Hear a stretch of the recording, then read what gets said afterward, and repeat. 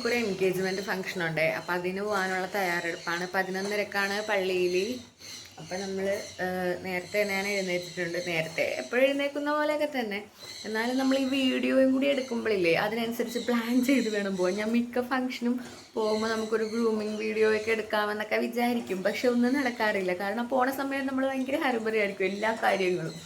പിന്നെ ഇന്ന് വിചാരിച്ച് എന്തായാലും ഇന്നൊരു വീഡിയോ എടുത്തേക്കാന്ന്. അപ്പോൾ ഇതാണ് കേട്ടോ ഇന്നിടുന്ന ഡ്രസ്സ്. ഇത് ഇത്തിരി ലൂസുണ്ട്. ഓൾട്ടർ ചെയ്തതാണെങ്കിലും അത്രയും അങ്ങോട്ട് കറക്റ്റ് ഫിറ്റിൽ കിട്ടിയിട്ടില്ല. എന്നാലും സാരമില്ല, ഉള്ളത് കൊണ്ട് ഉണമ്പോലെ എന്ന് പറഞ്ഞ പോലെ അത് തന്നെ ഞാൻ ഇട്ടിട്ടുണ്ട്.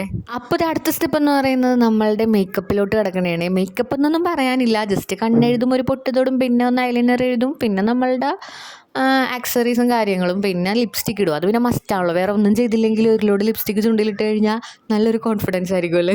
പിന്നെ ഞാൻ ഈ ഫൗണ്ടേഷനും കോമ്പാക്റ്റും കാര്യങ്ങളൊന്നും യൂസ് ചെയ്യാറില്ല. നമുക്ക് വേണ്ടപ്പെട്ട എന്ന് വെച്ചിട്ടുണ്ടെങ്കിൽ ഇടണമെന്ന് തോന്നിയ അത്രയും വേണ്ടപ്പെട്ട വല്ലൊരു ഫംഗ്ഷനൊക്കെ വന്നു കഴിഞ്ഞാൽ സമയവും കൂടി ഉണ്ടെങ്കിൽ മാത്രം ഞാനതൊന്ന് ട്രൈ ചെയ്ത് നോക്കുക. അല്ലാതെ നമ്മൾ ചുമ്മാ സാധാരണ നോർമലായിട്ട് പോകുന്ന മാതിരിയൊക്കെ തന്നെയാണ് കേട്ടോ ജസ്റ്റ് ഈ മേക്കപ്പും കാര്യങ്ങളൊക്കെ.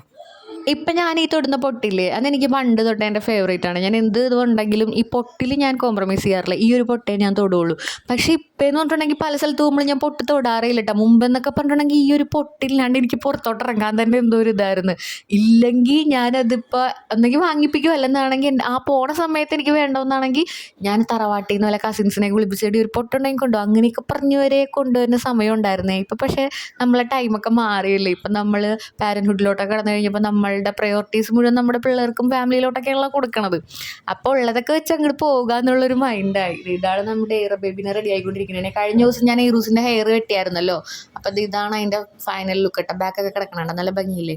എയ്റൂസിൻ്റെ ഹെയർ എന്ന് പറഞ്ഞിട്ടുണ്ടെങ്കിൽ കേളി വിത്ത് ബേബി ഹെയർ ആണ്. അതുകൊണ്ട് തന്നെ നമ്മൾ ഫ്രണ്ടിലൊക്കെ എന്തെങ്കിലും സ്റ്റൈൽ ചെയ്ത് വെട്ടി ഇടാൻ നോക്കിയാലും അത് അത്ര അങ്ങോട്ട് സെറ്റ് ആവാത്ത പോലെ എനിക്ക് തോന്നാറുണ്ട്.